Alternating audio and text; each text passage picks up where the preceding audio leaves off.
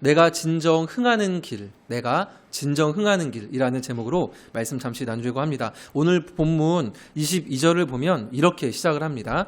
그 후에 예수께서 제자들과 유대 땅으로 가서 거기 함께 유하심에 세례를 베푸시더라.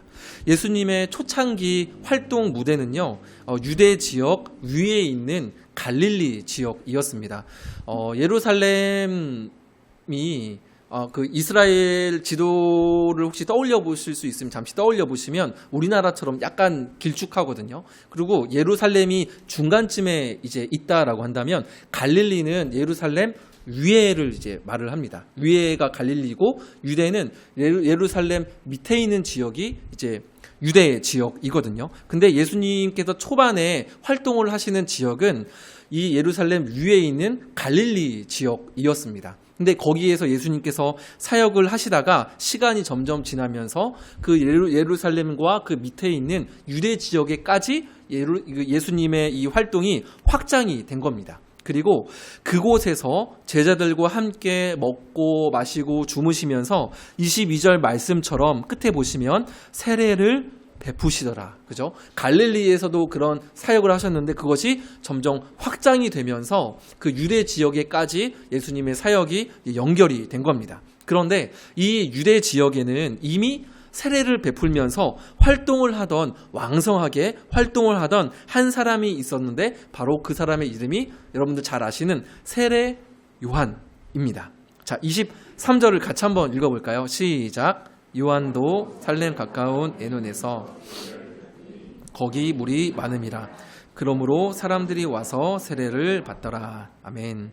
23절 끝에 보면 세례를 받더라라고 하지 않습니까? NIV 영어 성경으로 보면 세례를 받더라 이 부분을 현재 진행형으로 표현을 하고 있습니다. ing가 뒤에 이 세례라는 단어 뒤에 ing가 붙어 있습니다. 그래서 세례를 계속 베풀고 있는 사람이 있었다라는 그러한 이제 말이거든요. 즉 요한복음의 저자는 의도적으로 이미 세례를 잘 베풀고 있었던 사람과 새롭게 그 이제 갈릴리에서 유대로 내려와서 세례를 이제 막 베풀기 시작하는 이 두 사람을 대조를 시키고 있는 거죠. 그러니까 예수님과 세례 요한을 의도적으로 대립을 시키고 있는 겁니다.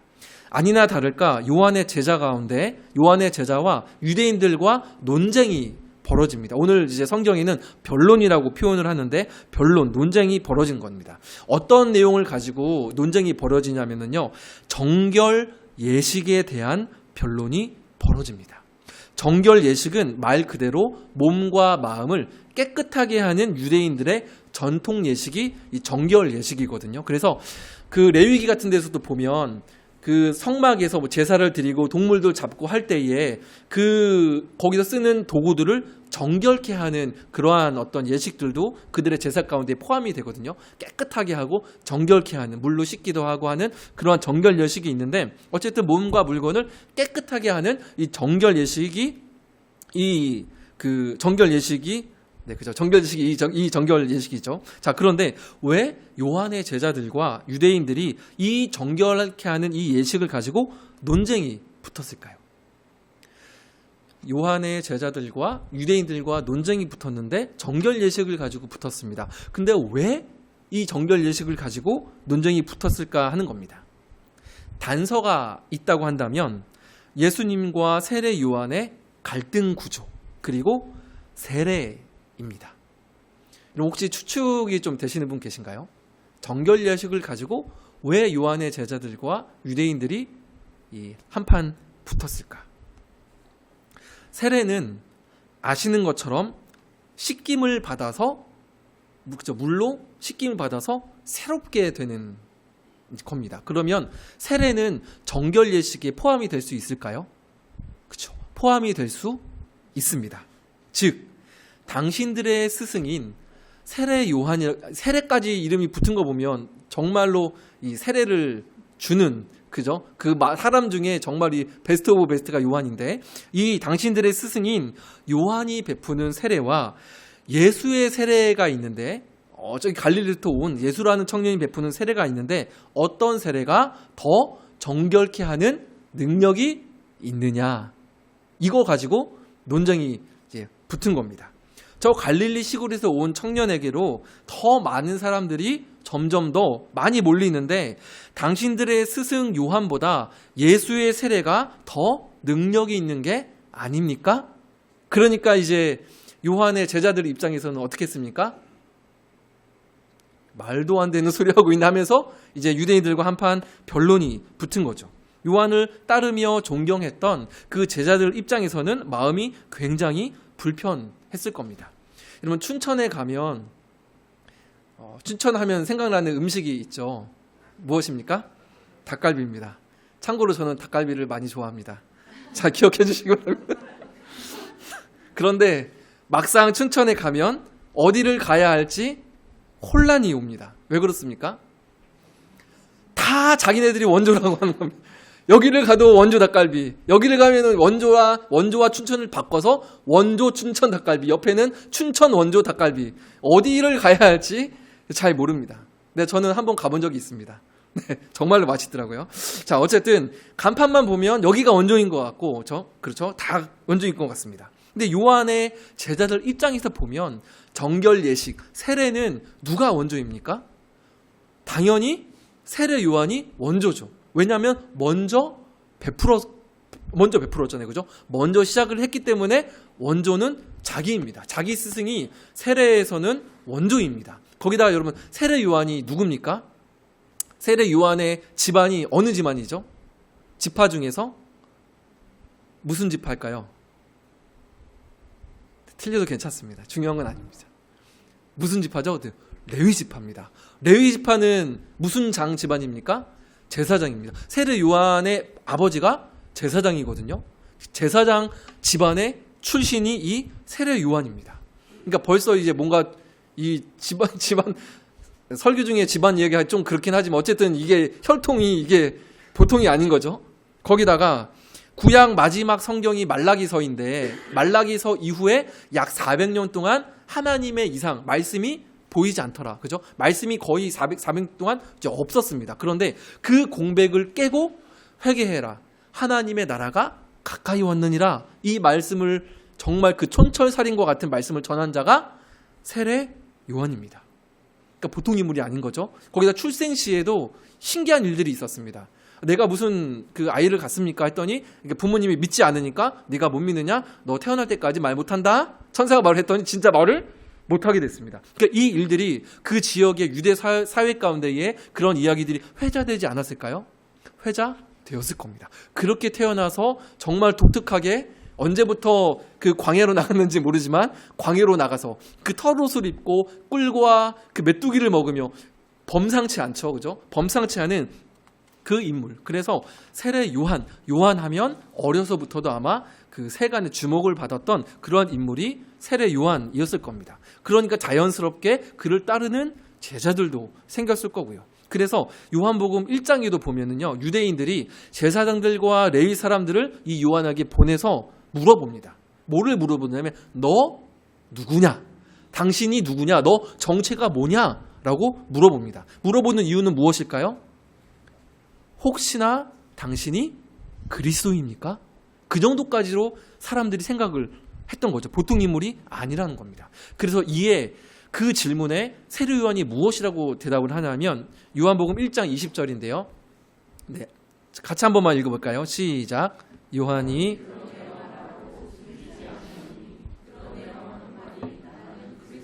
아니라 한데 네가 그리스도냐라고 물어보지 않았거든요. 네가 누구냐, 무슨 권위로 그 일을 하느냐라고 물어봤는데 나는 그리스도가 아니라 말을 했던 겁니다. 그러니까 사람들이 은근히 자기를 그리스도가 아닐까라고 생각하는 것을 요한도 알고 있었기 때문에 I am not the Christ, 나는 그리스도가 아닙니다라고 말을 한 겁니다.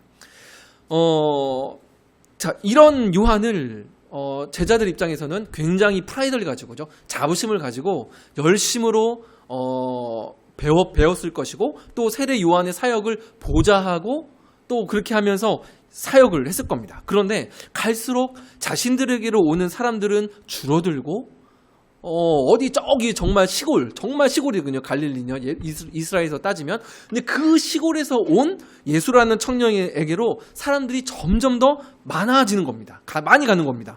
누구의 세례가 더 능력이 있는지 사람들이 막 물어보기도 하고요. 그러니까 이 마음이 불편하고 그래서 볼멘 소리로 26절에 제자들이 요한에게 스승에게 이렇게 말을 합니다. 제가 한번 읽어보겠습니다. 26절입니다.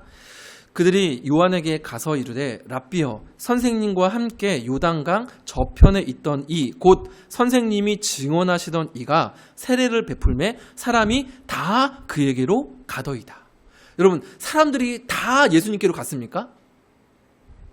아닙니다. 그저 우리가 성경 살펴봤던 것처럼 이미 세례 요한도 세례를 베풀고 있었습니다. 그런데 이렇게 막 점점 자신들의 입지가 위축되고 좁아지는 것 같으니까 이게 참 볼멘 소리고 스승님, 선생님 다 저길로 가는데요? 다 저기로 가는 게 아니잖아요. 여전히 세례는 베풀고 있었는데 다 저기로 가던데요? 이렇게 이제 말을 하고 있는 겁니다. 그런데 이 제자들이 재미있는 게 또 있는데 뭐냐면 사실 예수님이 누구신지 제자들은 알고 있었습니다. 어떻게 알고 있었을까요? 선생님한테 들었기 때문에. 26절을 눈으로 다시 한번 보시겠습니까? 선생님과 함께 요단강 저편에 있더니 곧 선생님이 증언하시더니 뭐라고 증언을 했을까요? 성경에는 기록되어 있지 않지만 아마도 세례 요한과 예수님은 대화를 했겠죠. 그 마태복음인가에도 그런 질문이 있죠. 거기에는 이제 세례 요한이 옥에 갇혔을 때 제자를 보내서 예수님한테 보내서 물어보거든요. 우리가 기다릴 메시아가 당신입니까? 물어보거든요. 근데 지금 이 요한복음에 보면 예수님과 요한이 같이 있었습니다. 그리고 이 요한이 예수님을 증언했다고 합니다. 그렇다고 한다면 증언하기 위해서는 물어봤겠죠. 당신이 우리가 기다리던 메시아입니까? 그럼 예수님은 거짓말을 안 하시잖아요.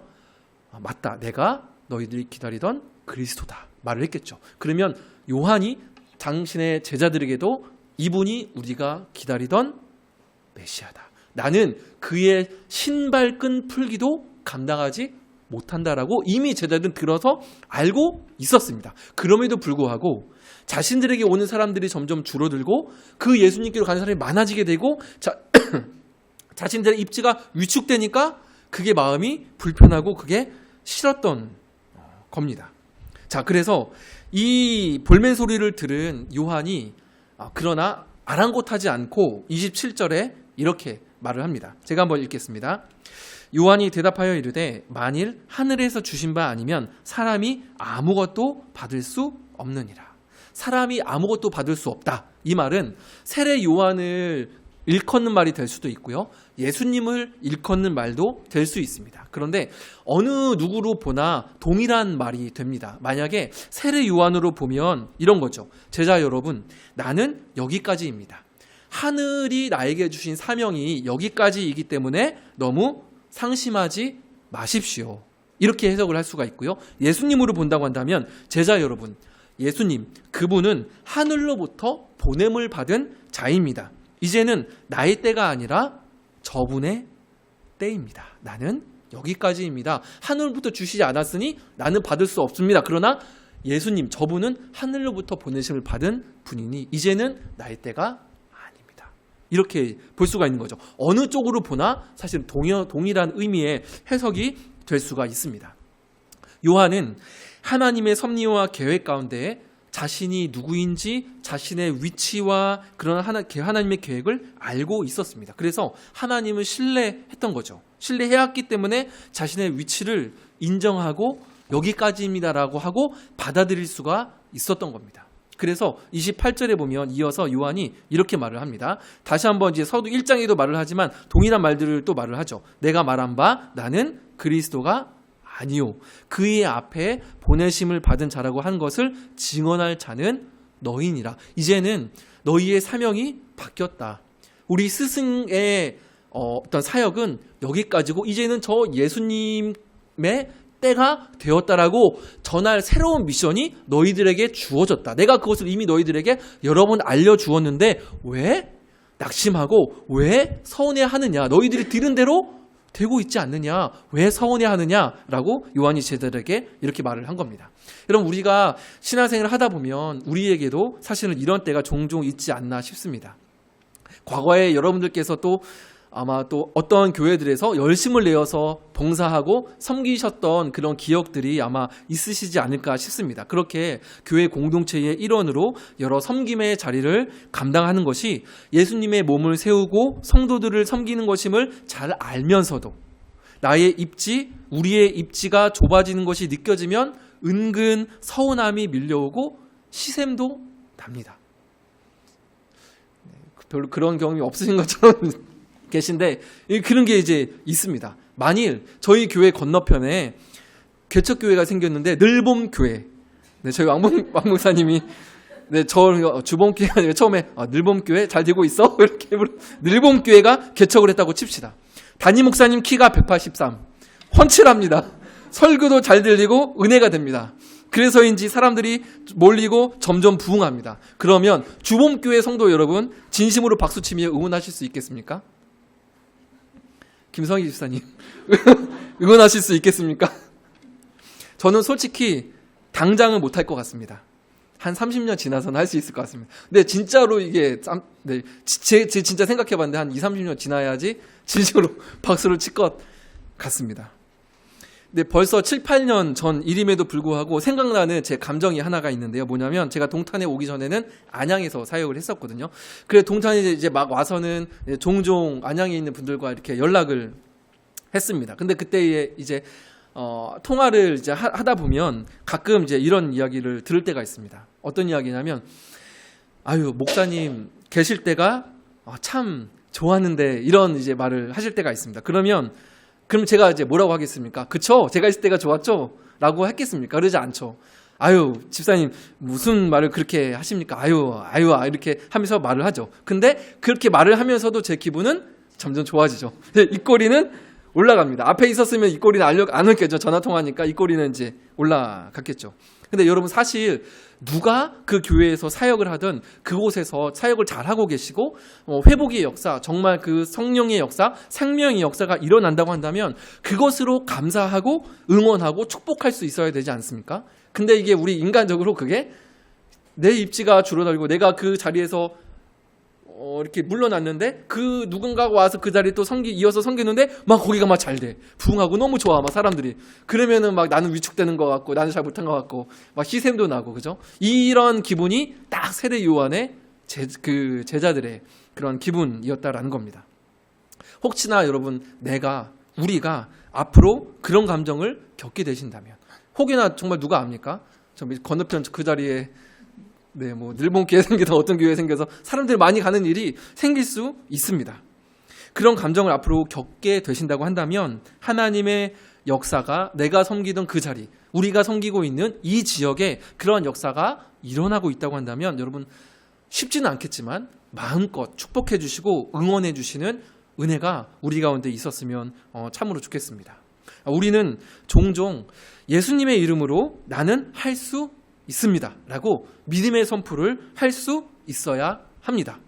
그러나 어떤 때는 예수님의 이름으로 나는 여기까지입니다 라는 그러한 고백도 할 수 있어야 합니다. 그리고 이 고백이 참으로 값지고 아름다운 고백입니다. 우리가 한번 생각해 볼까요? 우리는 뭐를 할까 하면서 뭔가 할 거를 위해서 기도하는 것은 많이 합니다. 그러나 중단하는 것, 멈추는 것은 굉장히 찾아보기가 어렵죠. 우리가 멈추기 위해서 기도합시다. 사실은 그러한 부분들을 찾기가 굉장히 어려운 것이 사실입니다. 그러나 나는 여기까지입니다라는 이 고백은 어떠한 고백보다도 귀하고 값진 고백일 수가 있다는 것입니다.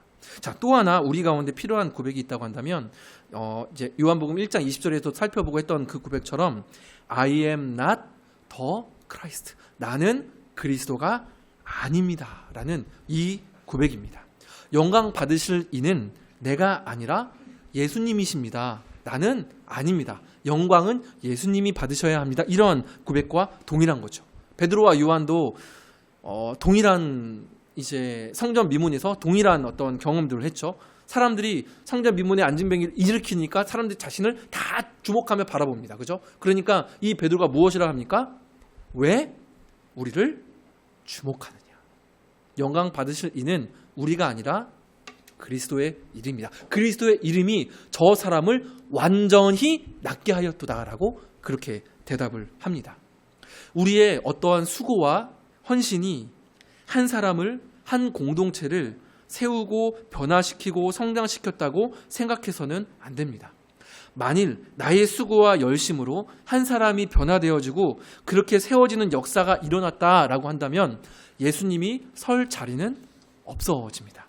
예수님 없이, 성령의 역사 없이 다른 방법으로 한 영혼의 근본적인 변화와 성장이 이루어질 수는 없습니다. 조금 다른 말로 나도 드러나고 예수님도 함께 드러날 수는 없다는 겁니다. 그런데 솔직한 우리의 마음은 이런 것 같습니다. 하나님, 나도 좀 잘 되고 나도 좀 영광 받고 그래서 주님도 영광 받는 삶. 솔직히 말하면 여러분 이것을 우리가 원하지 않습니까? 그렇죠. 은근 이거 뭐 원하시는 줄 믿습니다라고 할 수도 없고, 그렇죠. 요즘에 올림픽이 한창이죠. 그냥 바꿔 말하면 이런 겁니다. 하나님, 저 금메달 하나 한 번 따서 스포트라이트 한 번 좀 받고 그 영광으로 하나님께도 영광 돌리기를 원합니다. 이런 마음이 이제 사실은 은근 있을 겁니다. 여러분, 만일 이런 생각들이 내 안에 든다면, 그리고 실질적으로 그러한 생각을 만약에 내가 조금 강하게 갖고 계신다고 한다면 그 부분들을 한번 반드시 점검하시고 깨뜨려 가셔야 합니다. 이 부분이 중요합니다. 생각보다 중요합니다. 왜냐하면 내가 잘 되는 삶, 흥하는 삶을 추구하게 되면 요셉처럼 감옥에 있는 내가 흥하지 않는 삶의 자리에서는 하나님을 바라볼 수 없게 됩니다. 잘 되지 않는 삶 가운데 하나님을 향한 원망이 싹틀 수 있고요. 배신감이 싹틀 수 있고 낙심들이 그 하나님을 바라보지 못하게 그 교제를 가로막게 합니다. 그리고 이게 심해질 경우에는 신앙을 저버리게 될 수도 있습니다. 그렇기 때문에 내 안에 그러한 프레임들, 그러한 부분들은 없는지 한번 점검하는 것은 참 중요합니다. 베드로가 이런 고백을 했죠. 주는 그리스도시요 살아계신 하나님의 아들이라 고백을 했습니다. 그런데 이어서 그 고백이 이어서 예수님께서 무엇을 말하십니까? 내가 죽고 4일 만에 다시 살아날 것을 말씀을 하십니다. 그러니까 베드로가 어떻게 합니까? 매우 강하게 항변을 합니다. 막 붙들면서 예수님 말도 안 됩니다 라고 막 그렇게 항변을 하죠. 근데 왜 그렇게 항변을 합니까? 멋진 고백도 했는데 예수님이 죽으실 것, 다시 살아날 것을 말을 하자 강하게 항변을 합니다. 왜 항변을 할까요? 제가 설명드렸던 것과 동일한 맥락입니다. 자신이 믿던 예수님, 자신이 믿던 메시아와 고난은 아무리 자기가 생각을 해도 연결이 도저히 되지 않기 때문에 그렇습니다. 우리 예수님은 왕이 되어야 될 뿐이고 승승장구하고 형통이 되어야 되는데 죽는다고?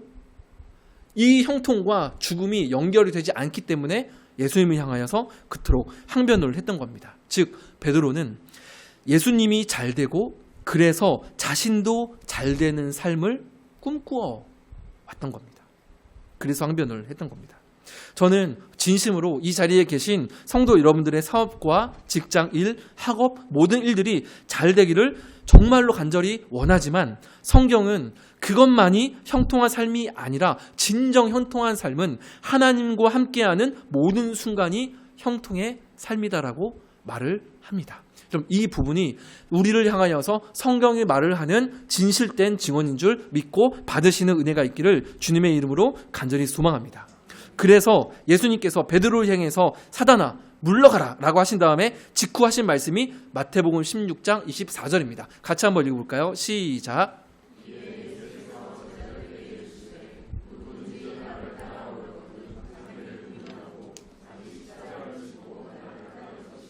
아멘.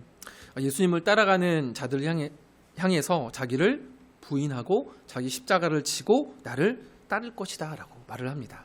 주 안에서 사랑하는 성도 여러분, 성도의 길은 내가 흥하는 자기 성취가 아니라 내가 쇠하는 자기 부인입니다. 성도인 내가 진정으로 흥하는 길은 우리가 쇠하는 것입니다. 우리도 흥하고 나도 흥하고 우리가 영광 받고 나도 영광 받고 예수님도 함께 영광 받는 길은 여러분 없습니다. 내가 쇠할 때에만 예수님은 영광 받으십니다. 우리 주봉교회가 진정으로 낮아지고 쇠할 때에만 하나님이 영광 받으시는 줄 믿습니다. 만약에 우리가 막 잘되고 그래서 그 주봉교회 담임 목사 임상태 목사님 막 그래서 제가 영광 받으면 예수님을 설 자리가 없어지는 거죠. 그렇게 저의 타락은 시작이 될 것입니다. 예수님을 생각해 보시면 하나님 나라의 흥함을 위해 한 알의 밀알이 되어서 죽음을 자처하셨죠. 예수님이 먼저 쇠하심으로 하나님의 나라가 흥하였고 우리는 그 나라의 백성이 되었습니다. 우리의 영혼이 예수님의 쇠함 때문에 우리가 흥하게 되었죠. 요한은 나는 그리스도가 아닙니다라는 자기 부인을 통해 자신이 누구인지 알고 있었습니다. 그래서 나는 여기까지입니다 라고 고백을 할 수 있었습니다. 그런데 여러분 여기 하나 좀 궁금하신 부분이 있을 수도 있습니다. 무엇이냐면 나의 한계를 안다는 것, 그래서 중단을 한다는 것, 멈춘다는 것이 때로는 실패처럼 세상에서 보면 나오자처럼 이렇게 보여지고 그렇게 생각될 수도 있다라는 것입니다. 그러나 하나님 안에서 우리가 여러분 한계를 안다라는 것은 하나님께서 나에게 주신 사명이 무엇인지 안다라는 말이 됩니다. 그죠? 나에게 주신 사명이 무엇인지 알기 때문에 나의 한계를 인정하는 것이요. 그리고 그 사명을 내가 이루어가고 있는 것이요. 진정한 나를 발견하고 있는 것이기 때문에 하나님 안에서 내가 누구인지 아는 것, 나의 한계를 아는 것은 실패와 낙오할 것이 아니라 진정한 자유와 즐거움을 우리에게 가져다 주는 것이다 라는 것입니다. 한계를 아는 것은 여러분 결코 실패가 아닙니다. 한계를 아는 것, 받아들이는 것은 포기가 아니라 믿음의 행동인 줄 믿습니다. 그래서 요한복음 3장 29절에서는 이렇게 기록을 합니다. 신부를 취하는 자는 신랑이나 서서 신랑의 음성을 듣는 친구가 크게 기뻐하나니 나는 이러한 기쁨으로 충만하였노라. 신부는 무엇을 말을 합니까? 네, 성도를 말을 합니다. 교회를 말을 할 수도 있고요. 그리고 신랑은 예수님을 말을 합니다. 그리고 29절 본문에 음성을 듣는 친구, 들러리를 말을 하죠. 이 들러리는 세례 요한 자신을 말을 합니다. 결혼식에서 돋보여야 하는 사람은 누굽니까? 네. 신랑과 신부가 돋보여야 하죠. 신부보다 더 이쁘게 하고 오면 눈치가 이제 없는 거죠. 신랑과 신부가 돋보여야 합니다. 근데 요한은 자신이 신랑이 아님을 알았습니다. 자신이 돋보여야 하는 존재가 아니라는 것을 알았던 거죠. 자신은 그저 친구이고 들러리임을 알았습니다. 그럼에도 불구하고 많은 사람들이 신랑으로 오신 예수님을 만나고 회복되어지는 그 과정을 보면서 기쁨으로 나는 충만하느라, 큰 기쁨으로 충만했다라고 고백을 합니다. 자신의 입지가 위축되고 줄어드는 것 때문에 서운해하지 않고 오히려 내가 그 기쁨으로 충만했노라 라고 지금 요한은 고백을 하고 있습니다. 사람들로부터 미친 사람 취급받으며 광야에서 꿀과 메뚜기를 먹으며 지내었던 그 삶의 궁극적인 목적이 성취되고 있는 것이 눈에 보이기 때문에 기뻐했고, 많은 사람들이 진정한 진리를 만나서 살아나고 회복되는 역사를 눈앞에서 보고 있기 때문에 또한 요한은 기뻤습니다. 마지막 구절에 그래서 요한은 짧지만 굵은 한마디를 남깁니다. 같이 한번 우리 한글로만 한번 읽어보겠습니다. 시작. 그는 나는 쇠하여야 하리라 하니라. 아멘. 말씀의 특징은요, 영어 성경에 이제 노란 글씨로 했던 것처럼 must가 들어가 있다는 것이 특징입니다. must는 무엇입니까? 아는 것처럼 반드시 무엇 해야 한다가 must입니다. 반드시 그렇게 되어야 한다는 것이죠. 해도 그만, 안 해도 되는 선택사항이 아니라 예수님은 점점 더 어떻게 됩니까? 커지셔야만 하고 나는 반드시 점점 더 작아져야만 합니다. 이 고백이 요한의 고백입니다. 점점 더 나도 흥하고 나도 잘되고 예수님도 같이 흥하는 그런 방법은 없습니다. 내가 쇠할 때에만 예수님이 흥하고 영광 받으신다라는 것입니다. 여러분, 세례 요한의 이 고백, 그는 흥하여야 하겠고 우리는 쇠하여야 하리라. 이 고백이 여러분 우리의 고백이 되어야 하지 않겠습니까? 우리는 점점 더 커지기 위해 예배하는 사람들이 아닙니다. 우리는 더 잘되기 위해 교회에 오는 사람이 아닙니다. 우리는 점점 더 작아지기 위해 예배하는 사람들인 줄 믿습니다. 그것이 그 사람이 바로 그리스도인입니다. 서로 작아지기를 자처하는 곳에 다툼은 찾기 어려워질 것입니다.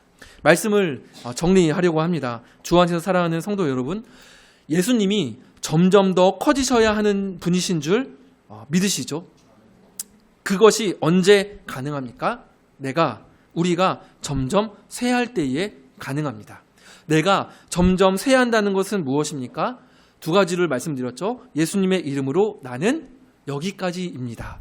두 번째 고백, 나는 그리스도가 아닙니다. I am not the Christ. 나는 그리스도가 아닙니다. 영광 받으실 이는 내가 아니라 오직 주님이십니다. 이 고백입니다. 우리의 인생을 통해 주님만이 홀로 영광 받으시며 바로 그때 우리의 기쁨이 가장 크도다. 그렇게 외치며 고백할 수 있는 그 은혜가 저와 성도 여러분의 삶 가운데에 가득하게 있기를 진심으로 간절히 소망합니다.